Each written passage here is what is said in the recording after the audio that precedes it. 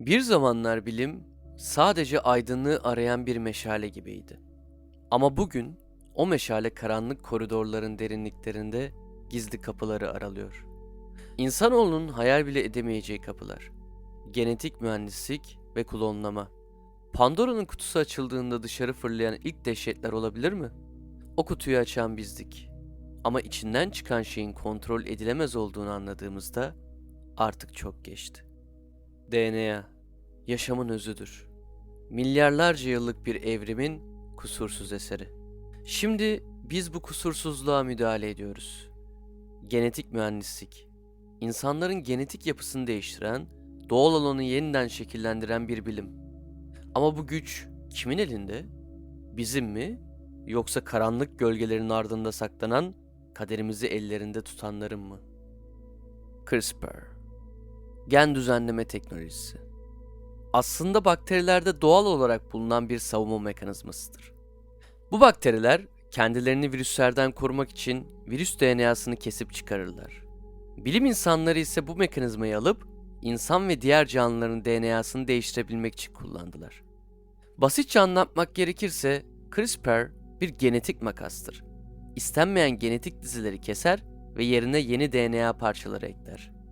Bu teknoloji, insan genomunda istenmeyen özellikleri ortadan kaldırma veya iyileştirme potansiyeline sahip. Örneğin genetik hastalıklar, kistik fibrozis, orak hücre anemisi gibi genetik kökenli hastalıklar CRISPR ile tedavi edilebilecek hale gelebilir.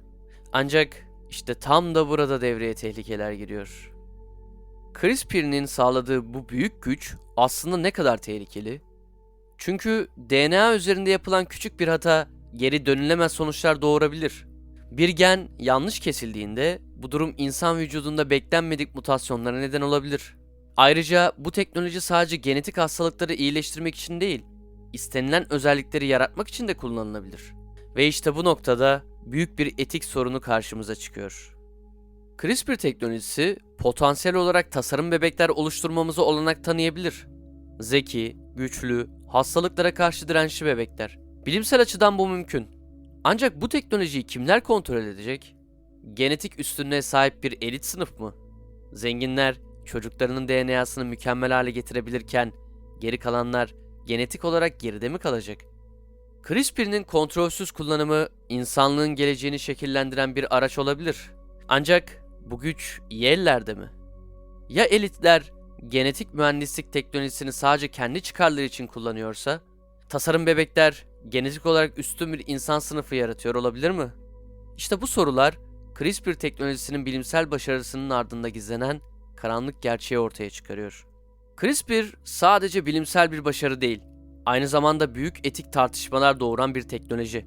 Bu teknoloji insan genetiğini kontrol altına almak için kullanıldığında doğanın dengesini bozar mı? Peki ya insan olmanın anlamı değişirse? Genetik mühendislikle tasarlanmış insanlar sıradan insanlardan daha mı üstün olacaklar? Bu, insanlık tarihinin gördüğü en büyük sosyal ayrımı yaratabilir mi?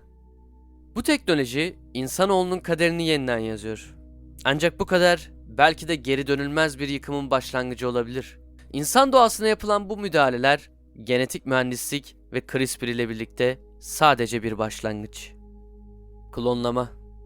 1996'da Dolly isimli bir koyunun doğumuyla başlayan bu hikaye, insanoğlunun kendi suretini yaratma hayalini gerçekleştirdi mi?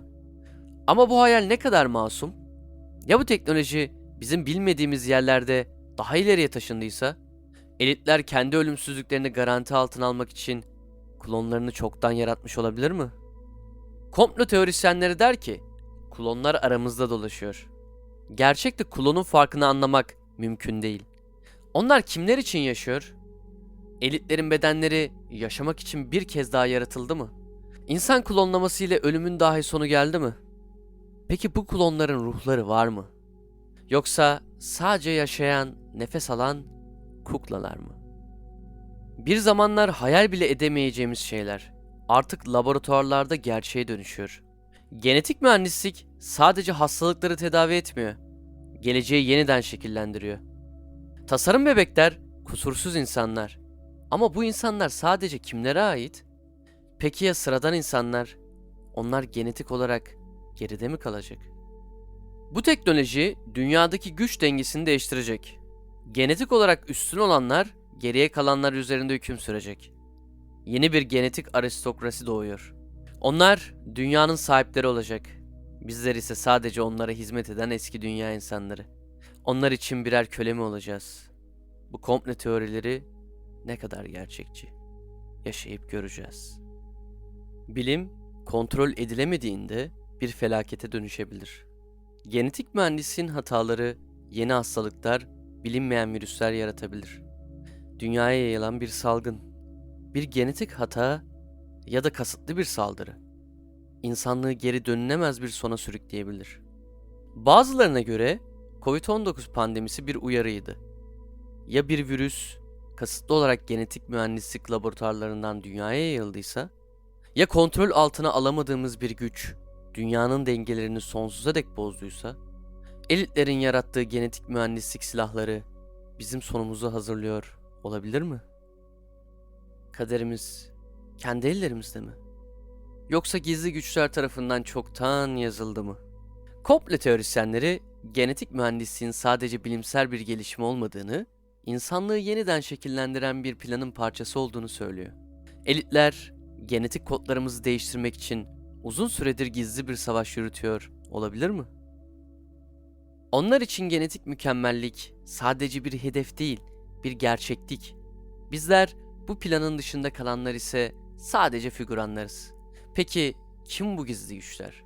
Onlar kim için çalışıyor? Geleceğimiz çoktan kararlaştırıldı mı? Bir hata, bir genetik müdahale ve dünya sonsuza dek değişir. Genetik mühendislik eğer yanlış ellerde kullanılırsa insanlık için en büyük kıyamet senaryosunu başlatabilir. Geleceği kontrol etmek için yaratılan güç dünyanın yıkımına neden olabilir. Ya bu bilimsel bir hata değilse, elitlerin yeni bir dünya düzeni kurmak için yarattığı bir kıyamet senaryosuysa, genetik mühendislik dünya nüfusunu azaltmak ve yeniden şekillendirmek için kullanılan bir silah mı? Yoksa bu bir uyarı mı? Geleceğin bize sunduğu gerçeklerle yüzleşmeye hazır mıyız? İnsanlık genetik mühendislikte kendi kaderini yazıyor. Ama bu kader bir umut mu yoksa karanlık bir sona mı işaret ediyor? Gelecek bilinmezliklerle dolu. Bilim Pandora'nın kutusunu açtı. Peki içinden çıkan her şeyi kontrol edebilecek mi? Ya içinden çıkan şey insanlığı sonsuza dek değiştirecek bir kıyamet olursa? Bilim insanlığı yüceltebilir ya da yıkıma sürükleyebilir. Genetik mühendislik ve klonlama bizleri ya yeni bir çağın şafağına ulaştıracak ya da karanlık bir geleceğin içine sürükleyecek. Ancak her adımda insanlığın kaderi yeniden yazılıyor. Ve bu yazgının karanlık yüzü asla göründüğü kadar basit olmayabilir. Bilimin karanlık köşelerinde gezindiğimiz bu yolculuğun sonuna geldik. Eğer bu video size düşündürücü geldiyse ve gelecekte daha fazla gizemi birlikte keşfetmek isterseniz hemen abone ol butonuna tıklayın ve bildirim zilini açmayı unutmayın. Böylece yeni videolarımdan anında haberdar olabilirsiniz. Beğendiyseniz videomu beğenmeyi unutmayın ve yorumlarda fikirlerinizi paylaşarak bu karanlık konular hakkında birlikte tartışalım.